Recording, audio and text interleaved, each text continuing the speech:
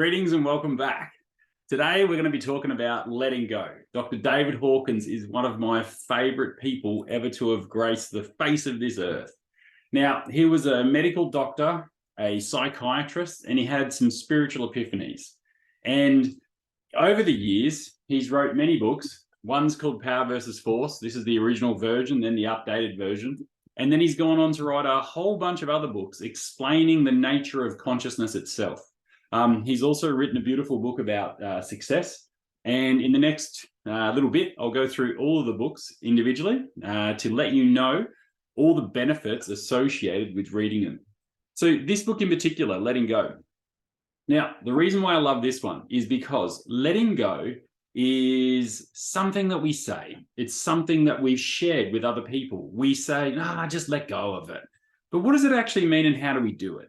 So Dr. Hawkins actually goes through that with the book. So basically what he says is that we've got different ways that we process our emotions. And then if the emotion gets too much, we basically do four major things. So the first thing is we suppress it. We go, holy cow, it's too much. I can't deal with this. So we literally push that emotion down, and that's called suppression, especially when we do it consciously. I can't deal with this. Shunk. The second way we do is repression. And repression is when we go, holy cow, I can't deal with this, and we push it down, but we do that unconsciously and we're not aware that we're actually doing it. The third way we deal with emotions is expression. Let me tell you what your problem is. And we all, do that to a certain extent nowadays. And then the last way is escape. So escaping our emotions through alcohol, through drugs, through exercise, through sex, through our phones and our devices and in Instagram and all those different social media services. So they're the four major ways that we process our emotions. Now, what's really interesting is thousands and thousands of thoughts make up a feeling. So when we have a feeling, for example, in our chest, in our head, in our throat, there's literally thousands of thoughts that are encapsulated in that feeling. So instead of identifying with thoughts, one of the things we could actually identify with is the feelings we have. Now, this is where it gets really interesting. There was actually a scientific study done in 1981. I wrote it down to make sure I get it right. Gray-La-Violette. So there was a scientific study in 1981, and the Gray-La-Violette demonstrated feelings organize our thoughts. So that's where it's like, our feeling about a certain situation will organize our thoughts. We think our thoughts are original, but in actual fact, our thoughts come from the feelings we have. Now, let me give you an example. Let's say you lost your job. You'd have a particular feeling about that in a particular part of your body. So then, to let go, what is recommended from the beautiful book that David Hawkins wrote is to feel the feeling. So where do you feel it? Now, some people will feel it in their tummy and get a gut reaction. Other people will feel it in their heart. Some people will feel it in their head or their hands, their shoulders, or get tight or whatever. But realistically speaking, we feel these different emotions in a different part of the body. Now, we could go and identify where it is, whether it's a particular organ or gland, meridian, and all that type of thing. But ultimately, the thing that we need to do is feel the feeling.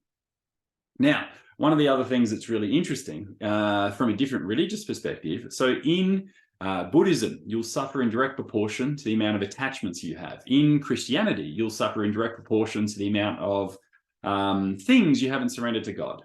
And then with letting go, you'll suffer in direct proportion to the amount you're holding on to things. So the example is you lost your job. Where do you feel that? Well, let's say I feel it in my chest. So then what I'll do is I'll literally feel that feeling and I'll allow that feeling to be there.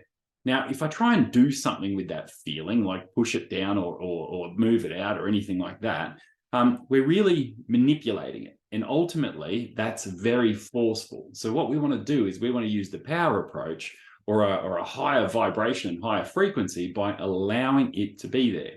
Now, this book, it means the world to me because a couple of years ago, my mum passed away. And what was really interesting is that I read this book literally 6 times in a month. And the reason why I did that is because I wanted to keep exposing myself to the material and the content.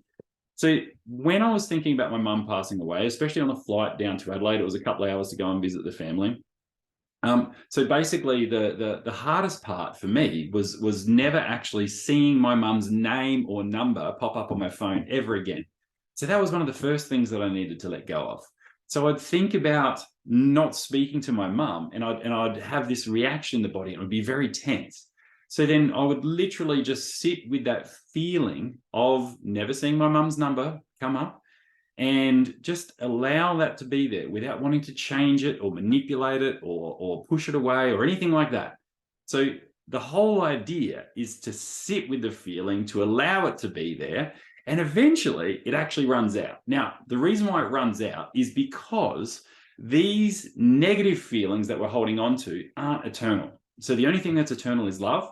And the more we hold on to these negative feelings, the more negative thoughts we have. So the whole idea with this is to sit with the negative feeling or the painful feeling, like not seeing my mum's phone number, and then just allow it to be there. And eventually, like a cup, it empties out. And eventually, there's nothing left. So now I can think about my mum's number popping up or not popping up, and I'm actually okay. So then I needed to extend it out. Think about never speaking to my mum, and then that hit hard. So then what I needed to do is focus on the feeling associated with never seeing or feeling or speaking to mum ever again. Now, just recently, I went down to visit my family again, and I had these feelings come up. So the feeling that came up was, once again, going to the family home where I'd associate my mum and my mum not being there. So it was an awesome opportunity to learn, to grow, and to basically tap into and see what's going on. So one of my favorite quotes is, I love sharing it with as many people as I possibly can, is to love everyone and everything, including yourself. So once again, coming back to the letting go technique and Dr. Hawkins, love everyone. So literally make a list of people that you cannot love. And basically, that's where our spiritual work is. So if you think of the person you cannot send love to or feel loving thoughts, then where do you get that resistance or blockage within the body?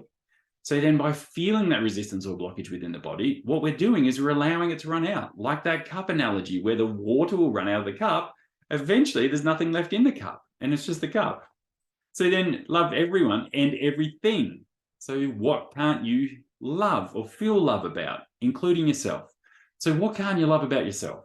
So this is where it's really, really interesting. I don't love the way I look. I don't love the way I feel. I don't love my education or my experience. Then make a list of all the things that you don't love about yourself and just really feel into it. And by feeling into it, you'll identify where that resistance and blockage is. And by identifying where that resistance and blockage is, then you can actually let it go. So this is a beautiful, beautiful technique. He gives some great examples in there of how to apply it to, guilt and fear and shame and also love and relationships. One of my favorite things in here also is about goals, and our ability to achieve our goals is also determined by how much we're in alignment with our goals. So once again, one of the things we can do is think about our goal, and we can just focus on our goal as much as we possibly can. And is there any resistance? And ultimately, it's like you're not having a thought or opinion about that. You're just allowing it to be there. And once again, negative feelings run out like the water from a cup. So all we need to do is stick with it, and eventually it'll disappear. Now, some thoughts and feelings may take a while to disappear. Like, for example, with my mum, the reason why I wanted to keep exposing myself to the material is because I think there's two ways to learn and grow. One's by application and just doing the technique, and the second is understanding the technique and how it works. So what I would suggest is to purchase this book from Veritas, the original publishing company. I'll put a link down below. And yeah, study it, apply it. And if you have any questions, write them down and I'll reply to them. And if you would like to see a application of the letting go technique, I'll put one of those videos up as well. So thank you very much for watching. Love and blessings to all of you, and have a great day.